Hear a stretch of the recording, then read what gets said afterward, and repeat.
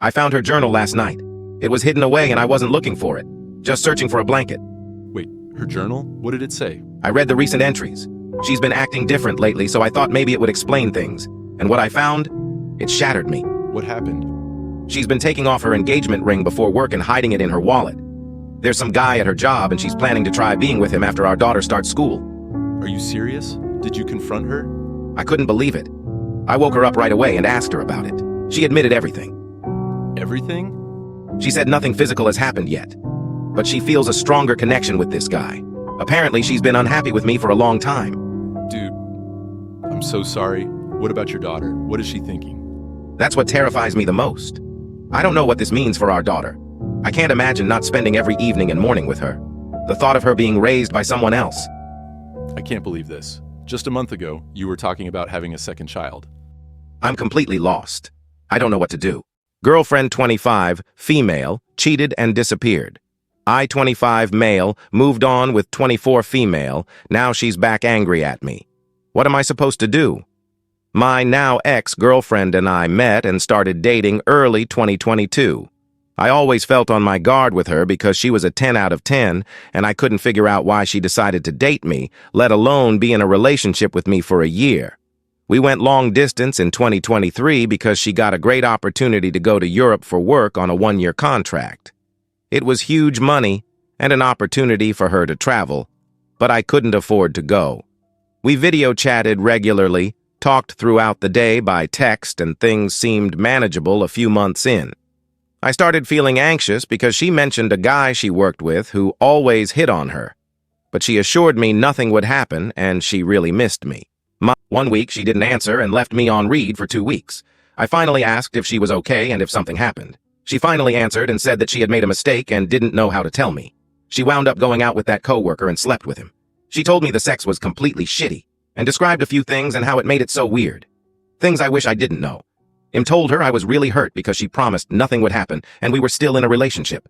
She said she understood she hurt me and it was hard for me, but she chose to be honest. She said she needed some space to sort out everything, and it felt like she wanted me to feel bad for her. A month went by. I reached out once and she left me on red. 1 month became 2, then 3. I gave up. I went to therapy after a few weeks because I was so devastated. I had gone to this therapist after I got out of college at 18, so it's been helpful. But I just wrote off the relationship and decided it was time to move on. I felt angry at first. Thought about sleeping with one of my coworkers or friends, but I never did. After 4 months, I asked out the girl who had been my stylist for almost a year. She was super sweet and always subtly flirted with me. We went out and it was just a breath of fresh air. She was very beautiful and kind and we talked so easily and had a great time with each other. We went on 5 or so dates before we said we were a thing. I told her about what happened with my ex and I considered it over and in the past, but I had some trust issues and she understood. Her ex did cheated on her too a few years prior. It's been almost 6 months since my ex cheated on me. My new girlfriend met my parents and I met her mom. Things have gone very well and I can't explain everything has been just easy, less anxious and fun. We had a family party at my parents' place this last weekend.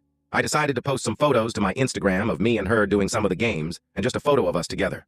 I woke up the next morning to a flood of angry texts from my ex for abandoning our relationship and not being man enough to tell her it was over and I had moved on. I blocked her number and then she continued on Instagram and even emailed. Finally, I responded saying she didn't deserve to be mad, she cheated and turned her back on everything. She and the relationship was dead to me and she needed to live with what she did. She also messaged my new girlfriend. Some nasty things about how she looked, how we were together and she couldn't replace her. My girlfriend was upset with her but didn't take it to heart. She also blocked my ex and we've just been trying to proceed as normal. But my ex's friends have also messaged me as the bad guy. I don't feel like this is something I need to answer for. Am I the a-hole for not paying for private school tuition for girlfriend's special needs child?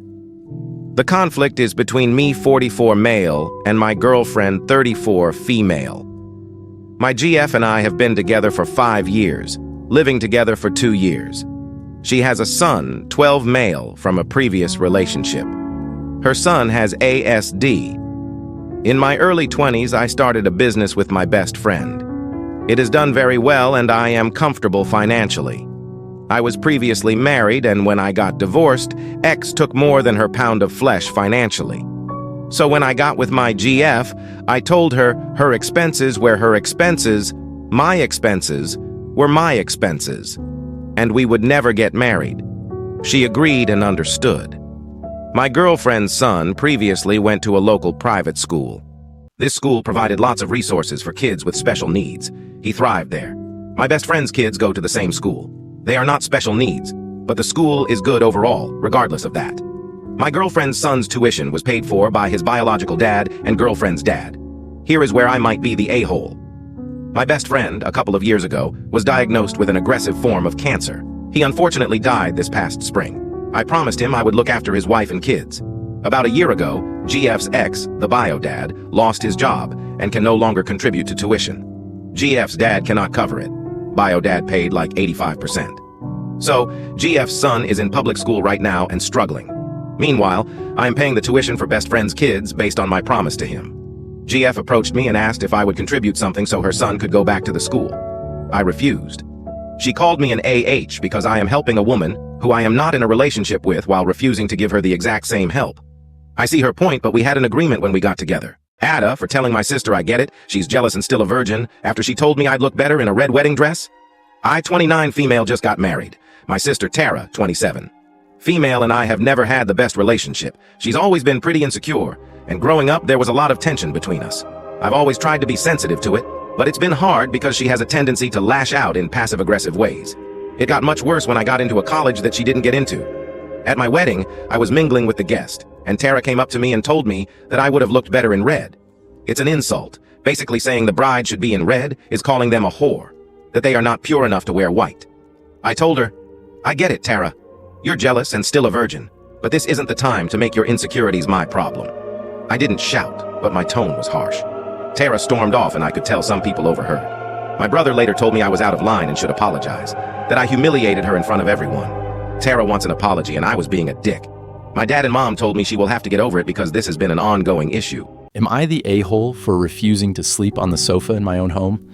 I live with my girlfriend. We have a 2-bedroom apartment, but the second bedroom is more of a box room, so it can't actually fit a bed, so I use it as an office as I work from home. At the weekend, my girlfriend and I had plans to go for food, then the cinema. She invited her cousin, which I was fine with. The plan was to pick her cousin up, go for food, go to the cinema, and then drop her off at home.